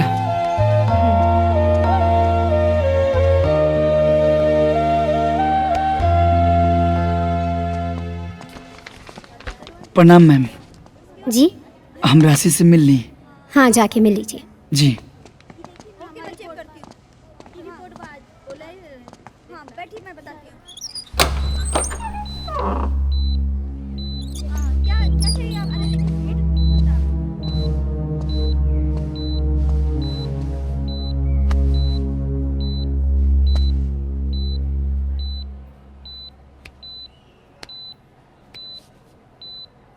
जानता हूँ राशि,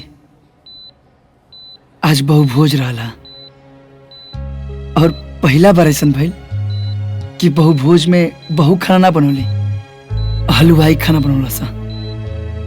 और सब पंडित जी लोग एकदम मस्त जमा के खाना खाइला लोग, अंगूरी चाटत रह गया लोग। अब जब जात रहे लोग तो लोग के दान दक्षिणा दे के आशीर्वाद भी लेनी। बस भगवान करस तू जल्दी से ठीक हो जा।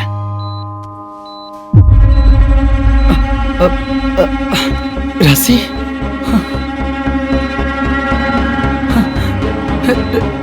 राशि डॉक्टर डॉक्टर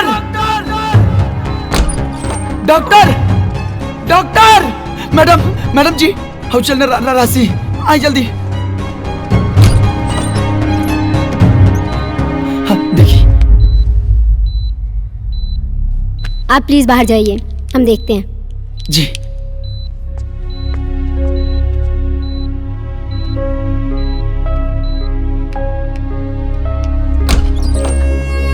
ये पकड़ो जरा। इम्प्रूवमेंट हुई है, अच्छी बात है। अभी हम नई रिपोर्ट निकाल कर देखेंगे, उसके बाद हम आपको बताएंगे। आप घर जाइए। ध्यान रखिएगा। नर्स, तुम पेशेंट की नई रिपोर्ट निकालो। बाबूजी। हाँ बेटा। जानते माई, आज राशि पलक झपकली, ऐसा लगता कि पूजा पाठ के असर होता। आज करवा चौथ के व्रत हा, अगर बहू ठीक रहती तो दोनों आदमी व्रत रहती जा। अरे सुमारी भाई।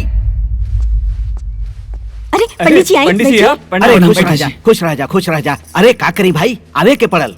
पैसा ले बानी, ग्रह उतारे के ठेका ले बानी, सब ध्यान रखे के पड़ेला ना। यह बतावे आइल बानी कि आज करवा चौथ बा। पंडित जी पता बा कि आज करवा चौथ बा? हाँ पता बात बेटा, सवेरे से कुतिया दुल्हन के कुछ खियोले पियोले ना बड़ा। काहे कि करवा चौथ के व्रत आज कुतिया दुल्हन के भी रखे के पड़ी और राशि खातिर तोके भी रखे के पड़ी। लेकिन हमके चली हम तो रख लेम, लेकिन ये इंसान थोड़ा नहीं है कि समझा बुझा दिया जी कि तू आज मत खो। अरे मानी घर में घूमत फिरत कुछ खा ले तब। अरे भाई आज पूरा दिन तू लोगों ने के बांध के रखा और ध्यान रखिए जाके कुछ खाए पिए ना पावे, कोनो चूक ना होके के चाहे भाई, ना तो बाद में हमके दोष मत दिया भाई। अच्छा प्रणाम पंडित जी। खुश रहा लोगों।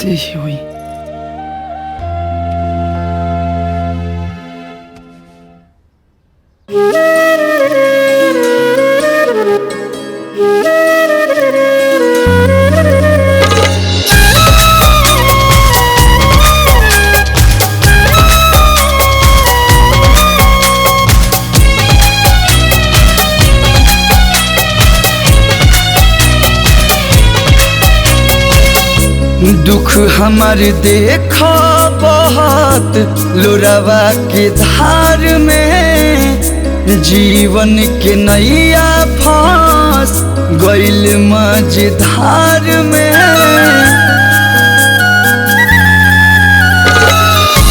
दुख हमार देखो बहुत लोरावा के धार में जीवन के नैया फंस गइल मझधार में। महतून का सोझाया के खाड़ दिया शान से हमर जान के जिया दो चंदा कही के भगवान से ये एहसान चंदा कही के भगवान से।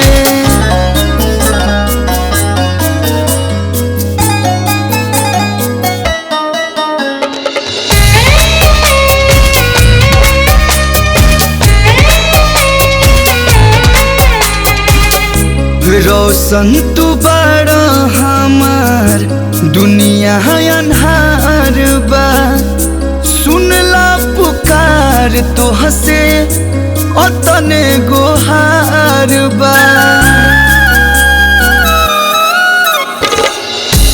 रोशन तू बड़ा हमार दुनिया अन्हार बा सुनला पुकार तो हसे अतने गोहार बा। भेज दो फरिश्ता कवनो एगो आसमान से हमर जान के जिया दो चंदा कही के भगवान से ये एहसान चंदा कही के भगवान से।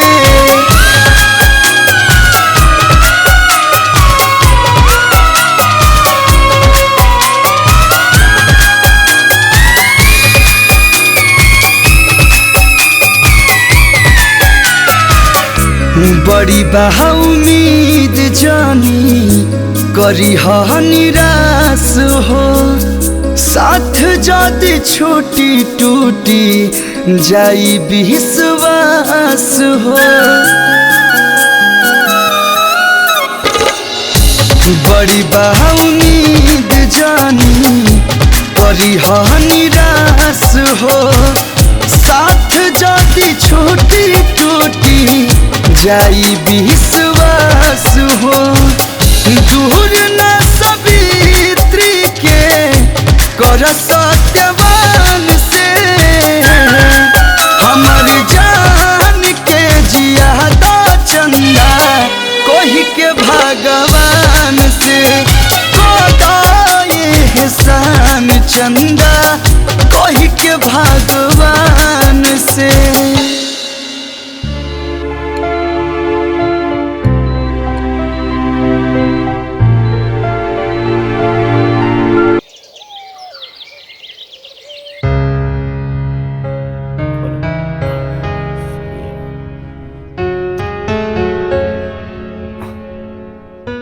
भाई साहब एक बात बताइए, इसकी ऐसी हालत कैसे हुई?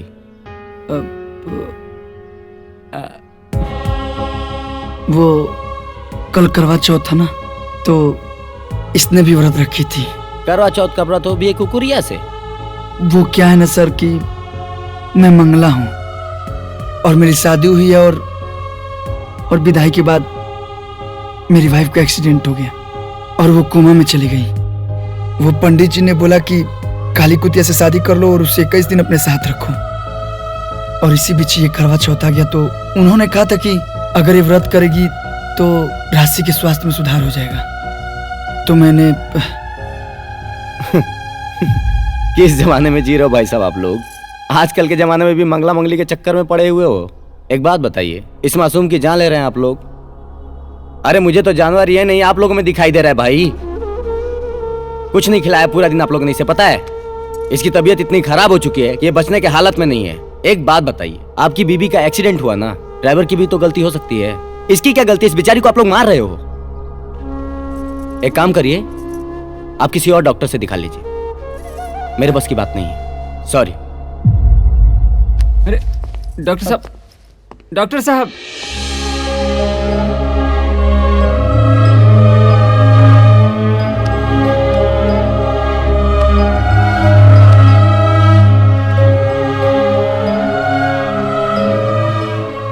डॉक्टर साहब सही कहलन। ये जानवर ना अपना स्वार्थ खातिर हमनी के जानवर बन गए बन जा। ई मंगल ग्रह कर जान ले या ना ले, लेकिन हमनी के जाने कर जरूर ले जा। अरे राशि के जान बचावे खातिर एगो बेजुबान के जान लेल कहां से उचित बा बाबूजी? विधि के विधान क्यों नहीं मिटा पौले? तो हमारा किस्मत में जोन हुई वो हमके मंजूर बा। हम एकरा के और अब कष्ट नहीं के दे सकत। आज से एकरा के हम आजाद करतनी, जातनी छोड़े।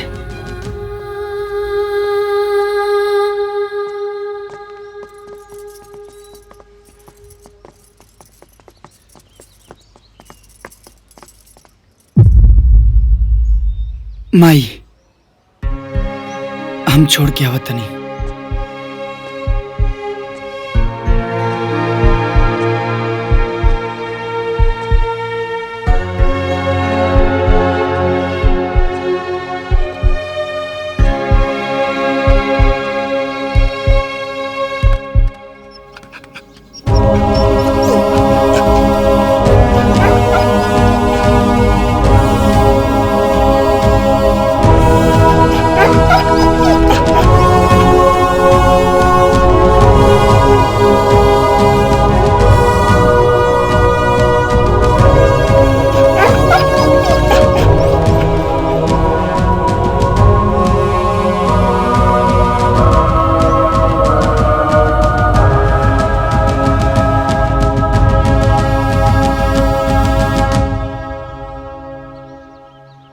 देख लो माई, बंधन से खुलते ही लगता क्यों करा के नया जिंदगी मिल गई।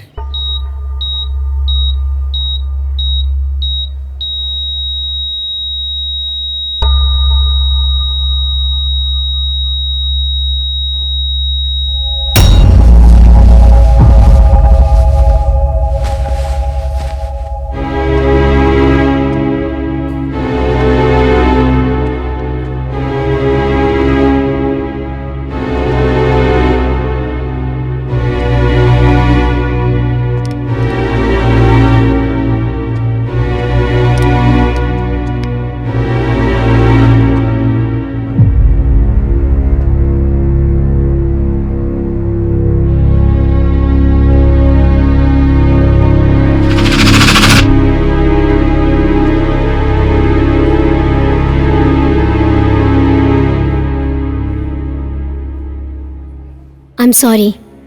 She's dead.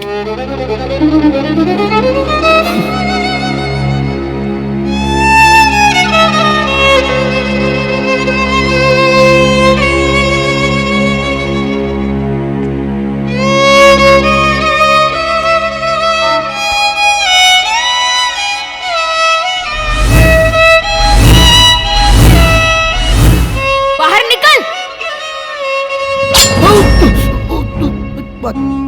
तलवार लेके आई लो खुबू। क्या बोलो फिर से बोलो। I love you. I love you.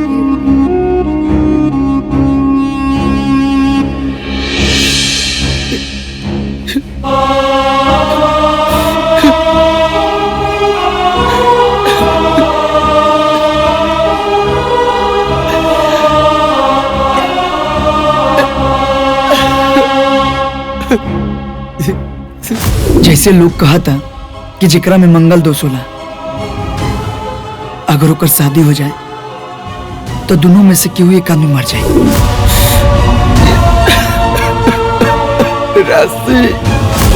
अगर आपके दुल्हन बनके एक पल भी जी ली हनीना, तो वो पल एक सदी के बराबर हुई।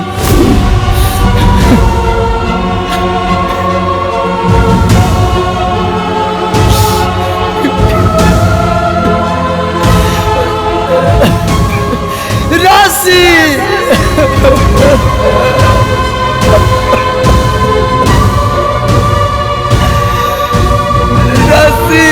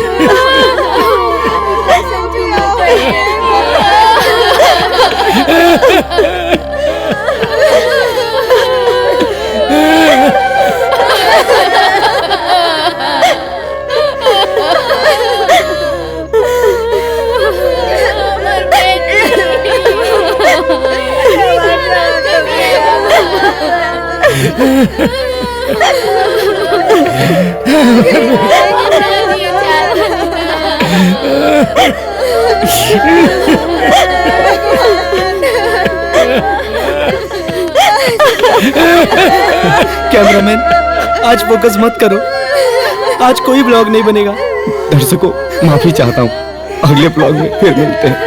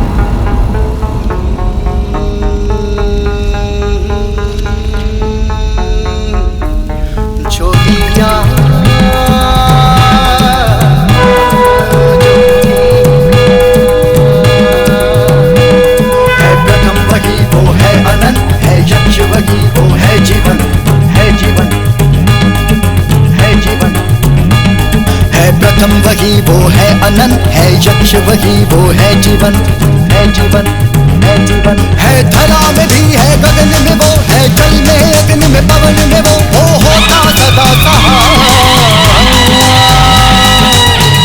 नमः शिवाय हरि ओम नमः शिवाय ओम नमः शिवाय हरि ओम नमः शिवाय ओम नमः शिवाय हरि ओम नमः शिवाय।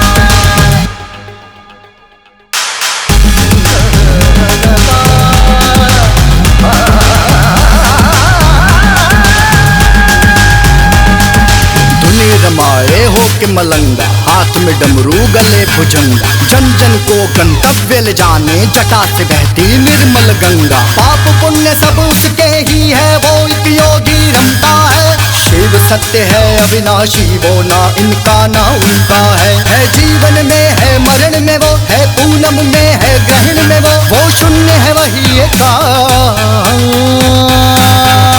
ओम नमः शिवाय, हरि ओम नमः शिवाय, ओम नमः शिवाय, हरि ओम नमः शिवाय, ओम नमः शिवाय, हरि ओम नमः शिवाय। सरे सरे गा रे गा रे गा पा गा पा गा पा नी पा नी पा नी सा, पा नी सा ला नी सा नी पा नी पा गा पा गा रे गा रे सा सा सा सा। तीनों लोक के त्रिनेत्रधारी, शिव शंभु सबके अधिकारी। औघड़ अलहड़ प्रेम में पागल, गौरा मैया जिनकी दुलारी। सुर सरगम और साज में वो है, कल में भी और आज में वो। हर ज्ञानी के ज्ञान में बसता, भक्तों की आवाज में वो। अध्यात्म वही विश्वास में वो, हम सबकी चलती सांस में वो। सब शरण में शीश झुका। ओम नमः शिवाय, हरि ओम नमः शिवाय।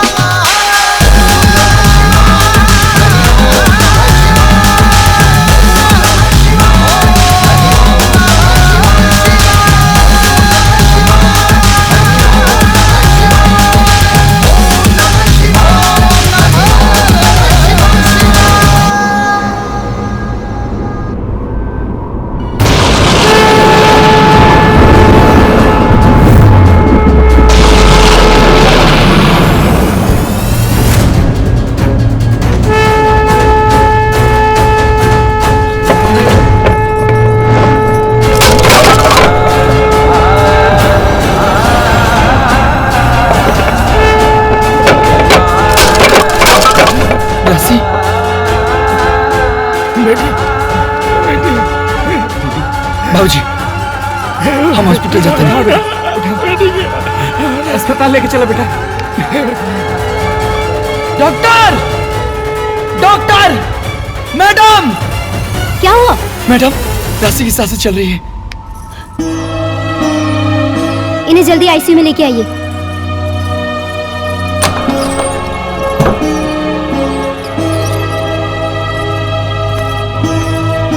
आप बाहर जाइए, हम चेकअप कर लेते हैं। जी। नर्स, जल्दी से ऑपरेशन की तैयारी करो।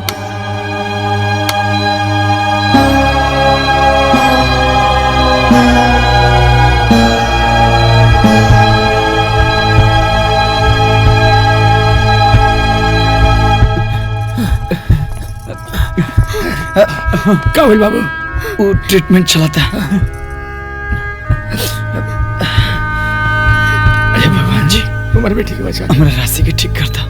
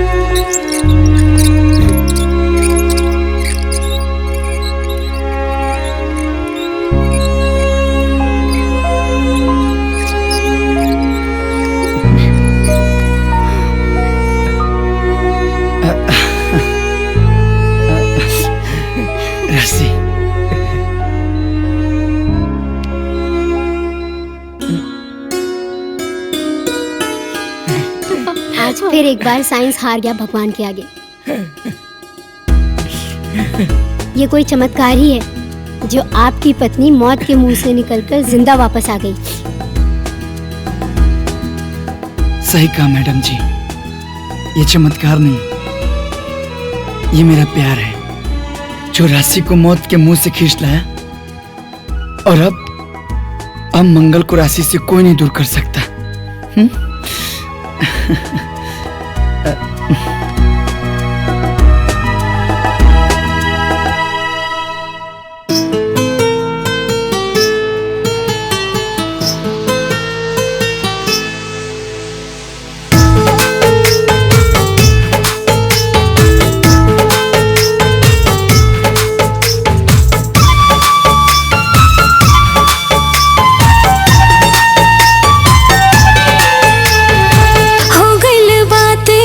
बाबिन बोले चलली मान तोरा ओरी होले होले। हाँ, हो गइल बाते गो बाबिन बोले चलली मान तोरा ओरी होले होले। गजरा कलम के काम कैलस, दिल पे गजली लिख गइल। होठवा हाँ हाँ हाँ हाँ होठवा करेला माना, बाकी अखिया में प्यार दिख गई।